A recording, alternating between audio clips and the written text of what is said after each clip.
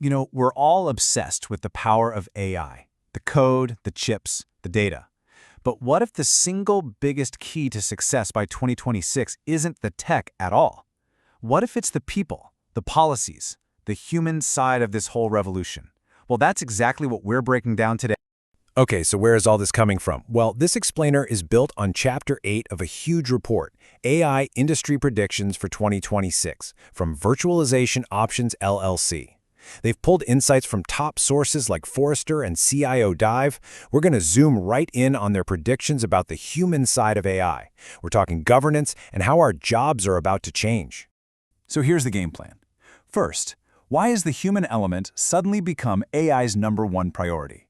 Then, we'll get into building the governance guardrails to keep everything on track. After that, we'll talk about getting the workforce ready for this new reality. And we'll wrap it all up with a playbook for leaders, investors, and IT pros. Let's dive right in with this big shift. For years, the question was always, what can AI do? But now that AI is working more and more on its own, the real question has become, how do we manage what it does? The human part isn't just a side note anymore, it's the main event. And that leads to a question that every single leader needs to be asking themselves right now. As AI gets woven into everything you do, making decisions with less and less human input, what is your single biggest risk? I'll bet the answer isn't what you think it is. That's it. The real danger isn't some sci-fi movie about rogue AI. No, it's the much more real and immediate risk of just failing to manage the people part of the rollout. It's about not building the right oversight, not preparing your team, and not setting clear rules. That's the kind of failure that can completely sink an otherwise brilliant AI strategy. So how do we actually manage that risk? Well, it all starts with building what the source calls governance guardrails. And you should think of these less as rules to slow you down and more as the systems that actually let you speed up innovation safely. Now pay attention to this slide because it breaks governance down into 4 pieces that all have to work together. And this is based on Forrester's predictions. You've got your frameworks, the actual rulebook. That leads you right into ethics and making sure you're mitigating bias. But none of that matters without upskilling your workforce.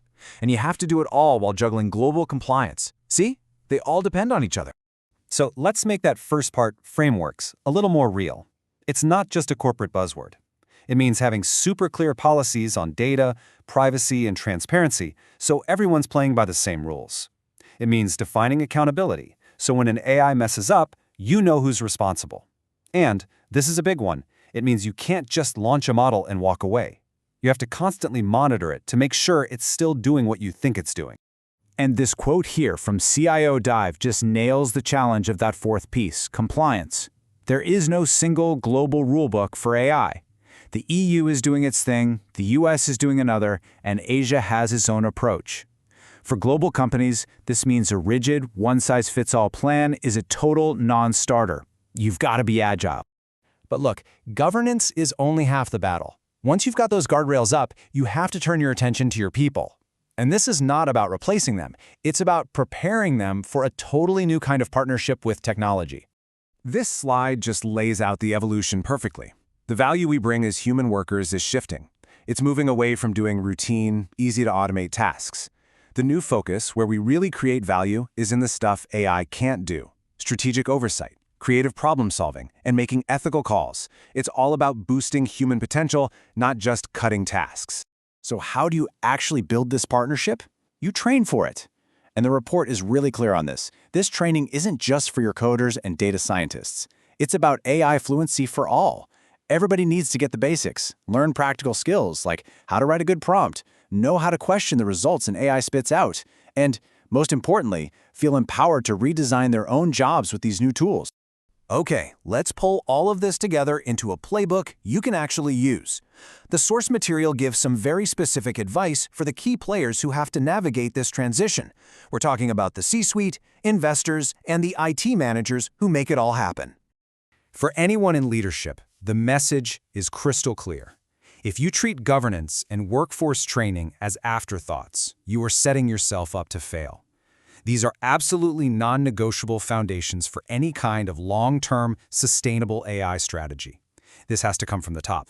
Now, for investors, this gives you a whole new way to do your homework. When you're looking at a company, don't just ask about their tech. You need to assess the maturity of their AI governance and the readiness of their people. These things are becoming the primary signals of whether a company can create real, lasting value from AI, or if they're just riding the hype train. And finally, for IT management, your role here is crucial. You're the ones who have to champion these governance frameworks. The real trick is finding that perfect balance. Enough control to keep things safe and compliant, but with enough agility so you don't choke off the innovation that moves the business forward. So we'll leave you with this one final thought. Look, adopting the technology, that's the easy part. The hard part, the part that's really going to separate the winners from the losers by 2026, is answering a totally different question. Are you just preparing your people to use AI, or are you preparing them to lead it?